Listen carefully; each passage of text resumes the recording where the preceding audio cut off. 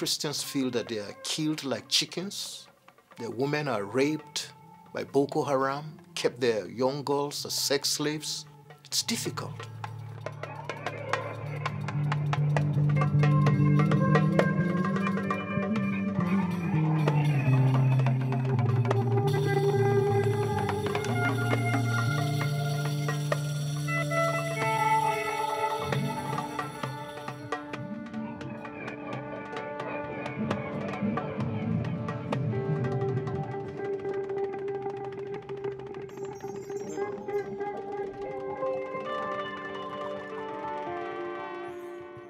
The relationship between Christians and Muslims in Nigeria, it's not the best. Christians feel that they are being killed in large numbers, sacked from their communities, attacked at night, and they wish to see that the government does more to stop the attacks, to stop the killings, the attacks from Boko Haram, the attacks from the Fulani herdsmen. This is a reality. Christians feel that they are killed like chickens. Their women are raped by Boko Haram, kept their young girls as sex slaves.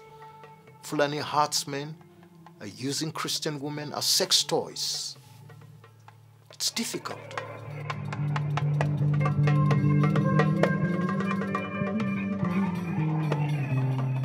Some people in the extreme would actually say that what's going on now is genocide.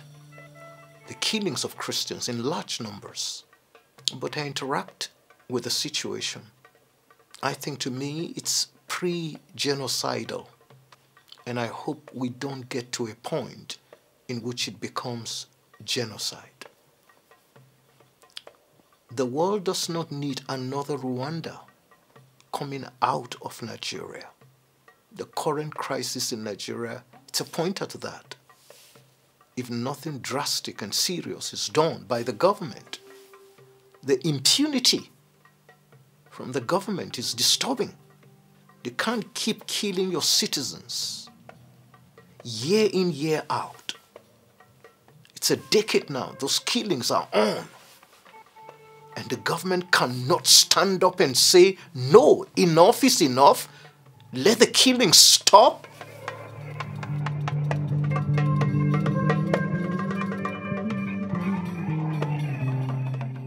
And this is where, for me, it's very difficult. Because I tend to encourage Christians and Muslims to look for ways to work together, to promote peaceful coexistence. That is what I'm committed to doing.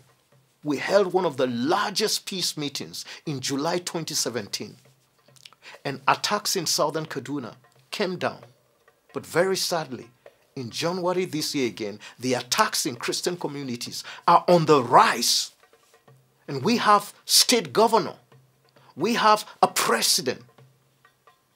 Why can't the the police do what they're supposed to do in maintaining civil order, rule of law? Why can't the perpetrators be arrested with a sense of justice? It's because of the narrative that keeps saying conflict between farmers and herders that is taking us to where we are now. It's a very simple fact. Christian communities are being attacked. You come with AK-47 as a Fulani militia. You meet farmers who are sleeping, women, children, their men. They are attacked and killed. And when they rise up to try and defend themselves, it becomes an issue. I think we need to rethink what's going on in Nigeria and put the politics aside and face the issues. Because as a mediator, I have prevailed on Christians to reach out in love with Muslims, as a missionary, as a preacher. And I've encouraged Muslims that you can connect with Christians. We've been able to come together. We've seen it happen. I hope that we can provide models of those Christians and those Muslims who are working together in southern Kaduna, in Plateau State. And we hope that that can be a good model for the rest of Nigeria.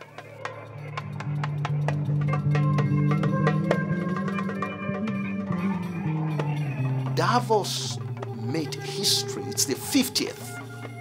And the persecution of Christians was put on the agenda. That is what brought me here. And to say Nigeria is a good place for investment.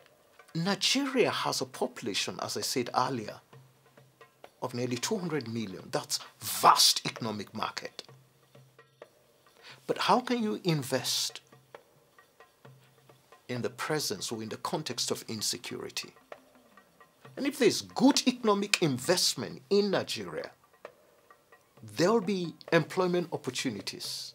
And the young people that have always been used to perpetuate these acts of violence and the attacks, Boko Haram filled with young people, Fulani herdsmen loaded with young people, filled with young, it's mostly young people doing this job. If there can be an alternative through viable business presence, it would help. But as we do business, let's ensure that security comes into play.